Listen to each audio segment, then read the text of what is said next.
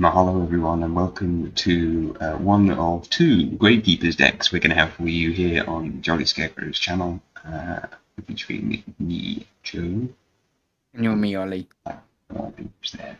Because this is his Gravekeepers deck. It's a pure Gravekeepers deck. It's designed to try and give you a flavour of how the archetype behaves as a whole. We're going to feature another deck on the channel which is more of a kind of a slimline version, but we kind of wanted to also show off some of the cooler cards from the deck that you might not have seen if you've just been using maybe one or two of them.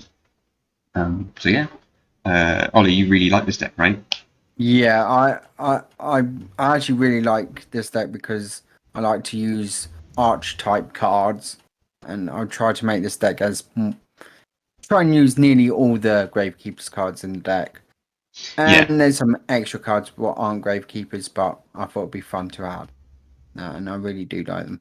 I mean, I feel like Gravekeepers were they're really one of the first archetypes.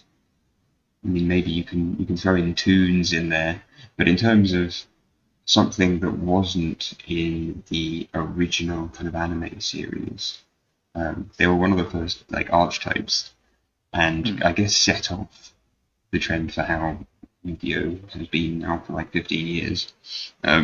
Most of the original ones aren't in here. We've got Gravekeeper's Spy, which is still in here, which was a common back in the day and super short printed and fantastic. Guard is in here. Yeah, So Guard's a really good card. yeah, back in the day you'd set Spy, someone would attack into it, you bring out Guard, return it to the hand. We've got a copy of Assailant in here, which can be nice. One copy, but that's the beauty of Spy and the new card Recruiter, is that you're able to kind of pick and choose the Gravekeepers that you get from the deck. So you don't need to have multiple copies of some of the less useful ones. You just have to have one, and if the situation calls for it, your opponent's got, I don't know, Grand Maju or something with 4,000 attack, 0 defense. Bring out the Assailant, switch to defense mode, slice through. Yes, Ollie, do you want to talk me through Gravekeeper's Oracle? This is your boss monster. Yeah, it's the massive boss monster, and one thing I like about it, as this is Gravekeeper's deck, you only have to tribute one Gravekeeper's monster. So you don't have to sacrifice 3 monsters to get this card out. So he has 3 effects. It gains the attack equal to the levels all monsters tributed. So if you wanted to tribute 3, you can now gain more attack.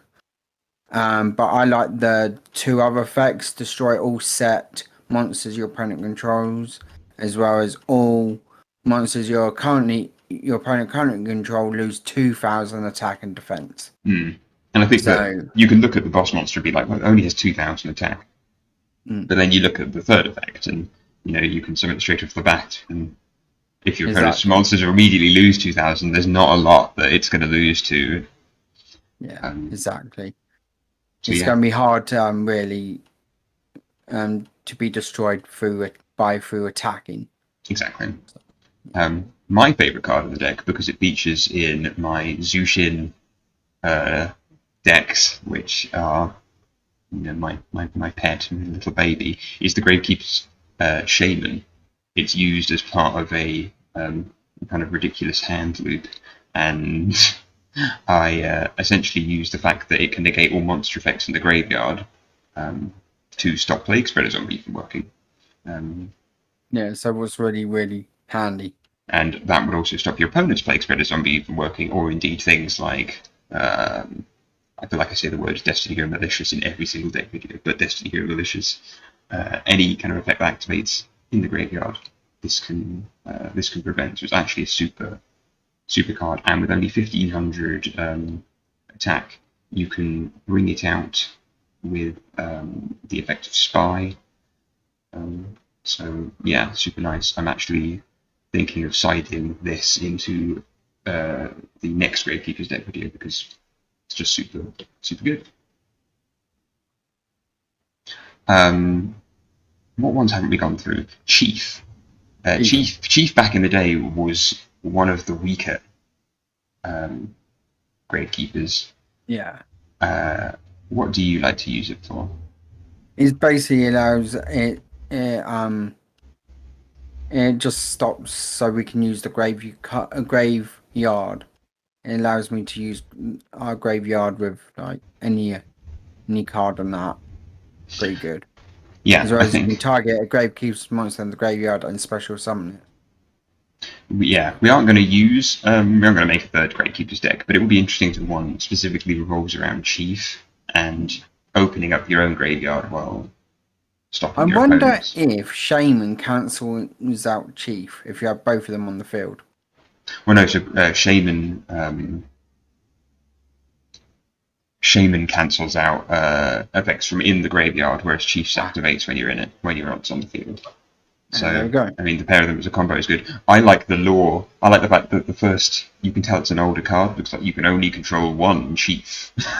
It's very much like they've kind of written a bit of lore into the actual card effect itself. Yeah, what makes nice.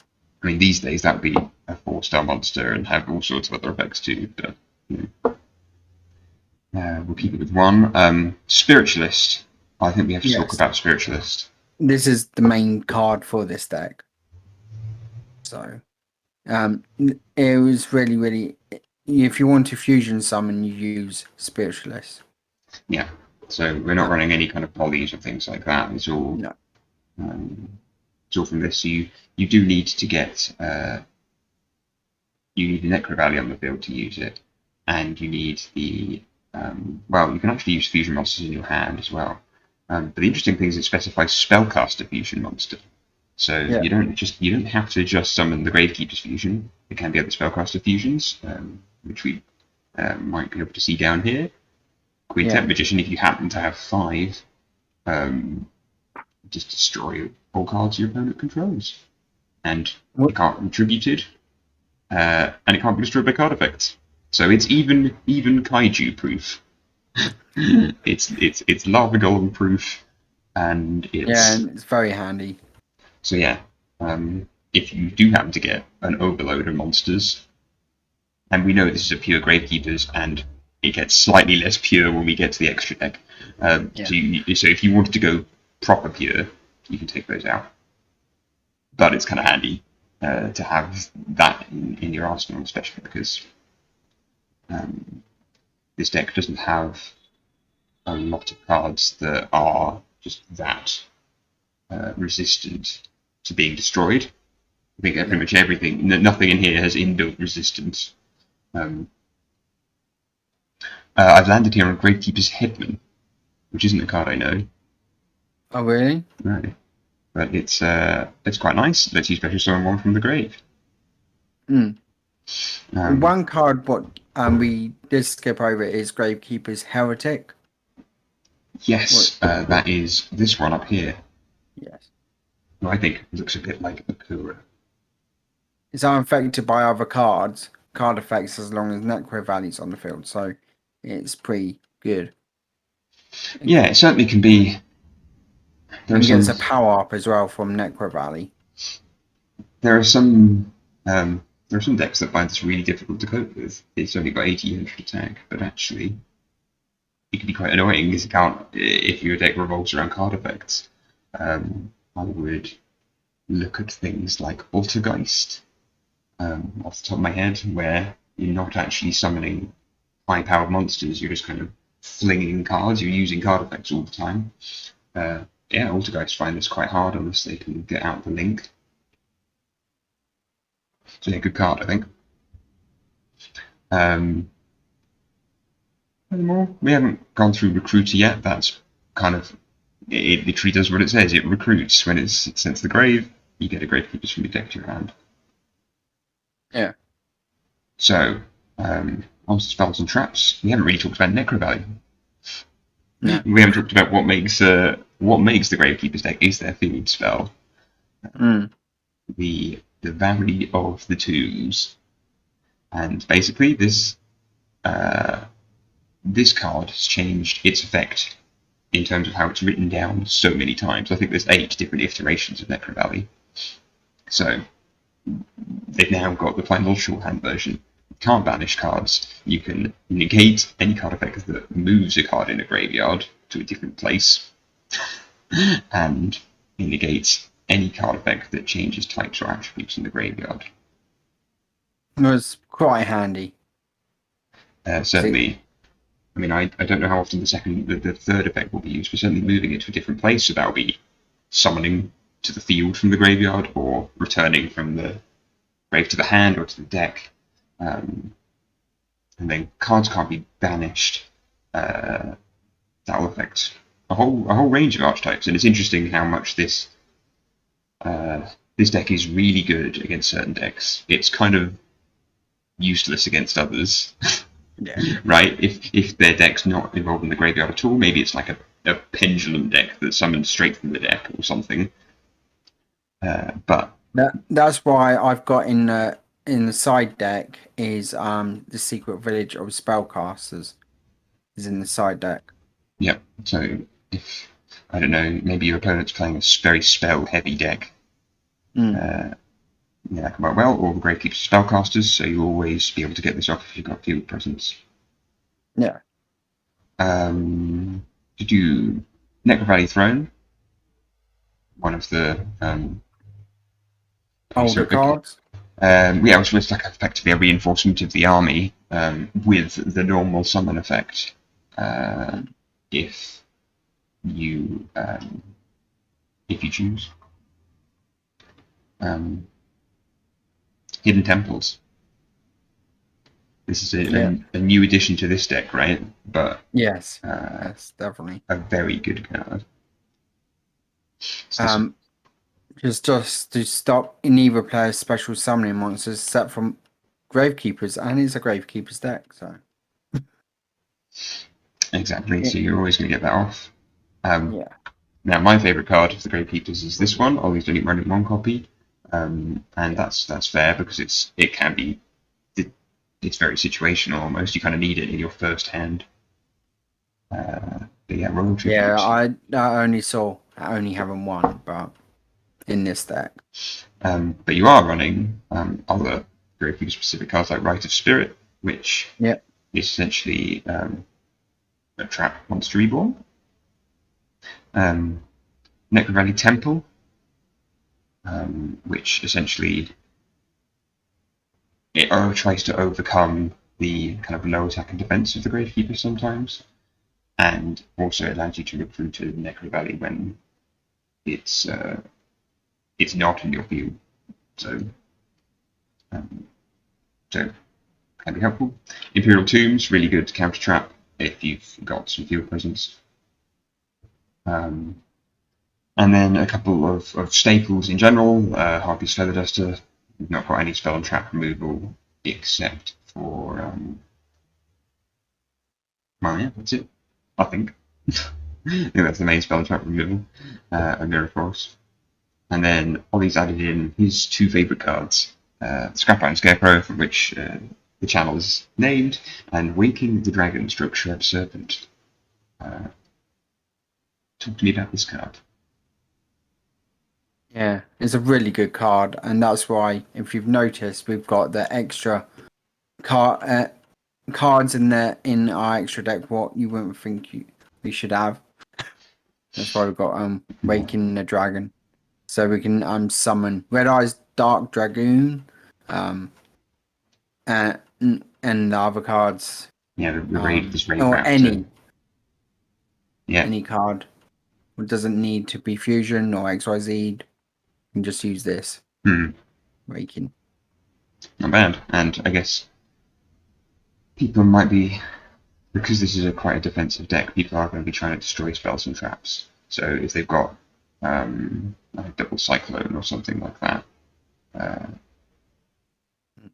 you could quite easily have it set and popped, and voila, you've instantly got a raid raptor. No one's really going to expect a pure Gravekeepers to happen, sort of things.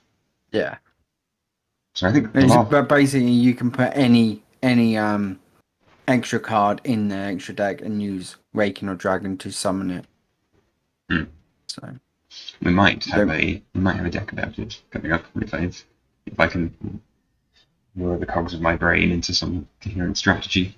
Anyway, the last card to talk about, I think, is the main fusion monster, really, of the deck. We've talked about a bunch of the other kind of side fusions. We haven't talked about the main one, Supernaturalist.